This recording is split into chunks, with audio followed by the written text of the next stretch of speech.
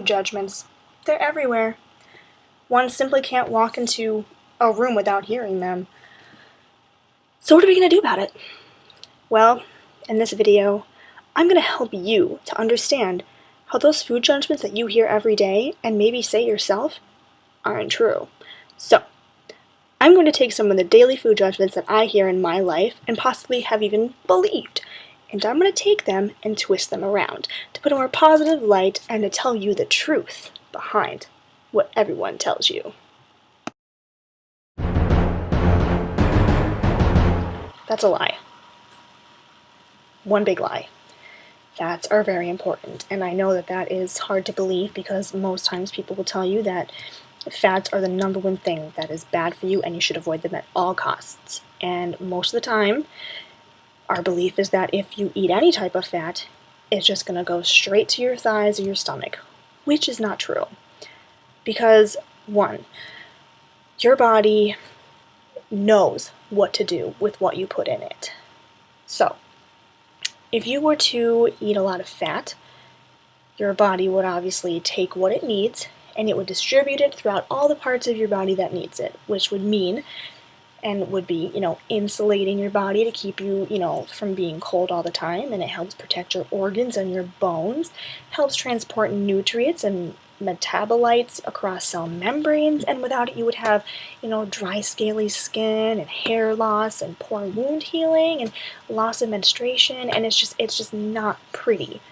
So, your body knows what to do with it. Your body doesn't say, "Ooh, fat, store it."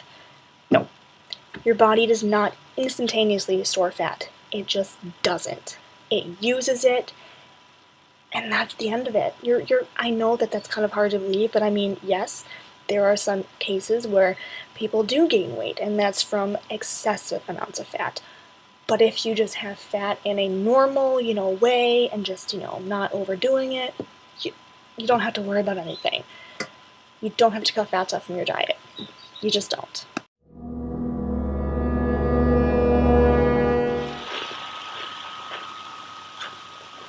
Desserts are yummy. I love them. And you do too. Which is why you shouldn't cut them out of your diet. Because if you like something and you cut it out of your diet completely, you're going to think about it all the time. And you're going to want it. And you're going to crave it. And eventually, you're going to cave. And when you do that, you're probably going to end up in a binge. Which is something nobody wants. Now, most people when they look at desserts, they think of them as something that's bad for you. That they're just full of sugar and fat, and that if you eat any type of dessert, it's going to go straight to your thighs. That's wrong. Just like with any other food, desserts get used. It goes into your body, and your body, it knows what to do with it. It doesn't just go, "Oh no, we're eating cake, must store it." Because here's the thing, your body doesn't know what you're putting in it. Your body does not know that you just ate cake. You may know it up here, but down here, it has no idea.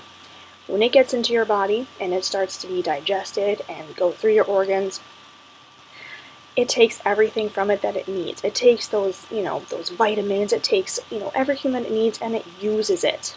It uses it. Desserts don't mean weight gain. They just don't.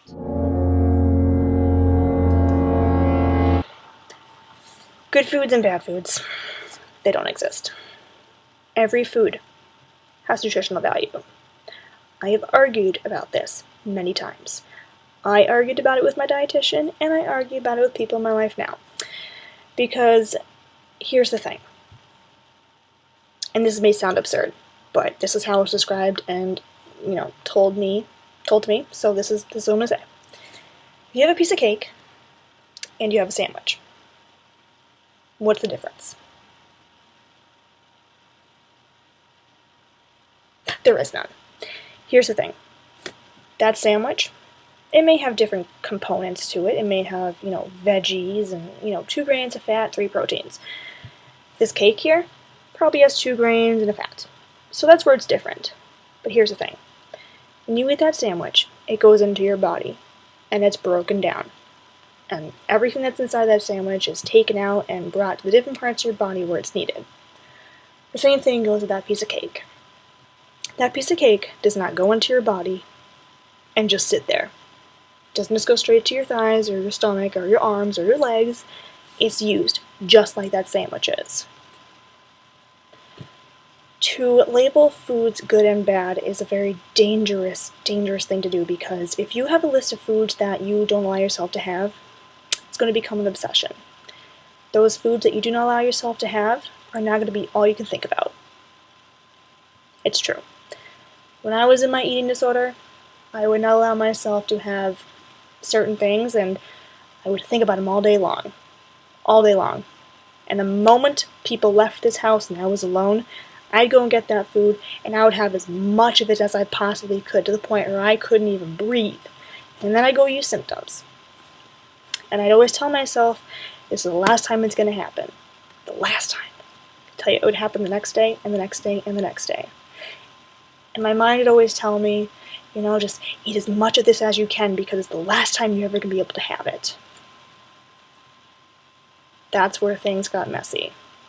If you tell yourself, this is the last time you can have this food, the more you're going to want it, the more desirable it's going to become.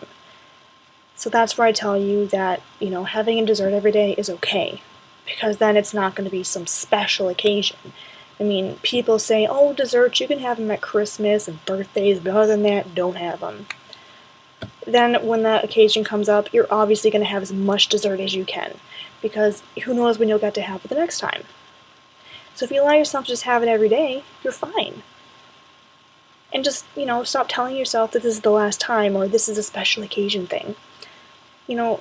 Food should not have to be a special occasion. It should just be an everyday thing. We give so much power to food, and it's like, why? Why are we so afraid of it? I mean, food is good for you.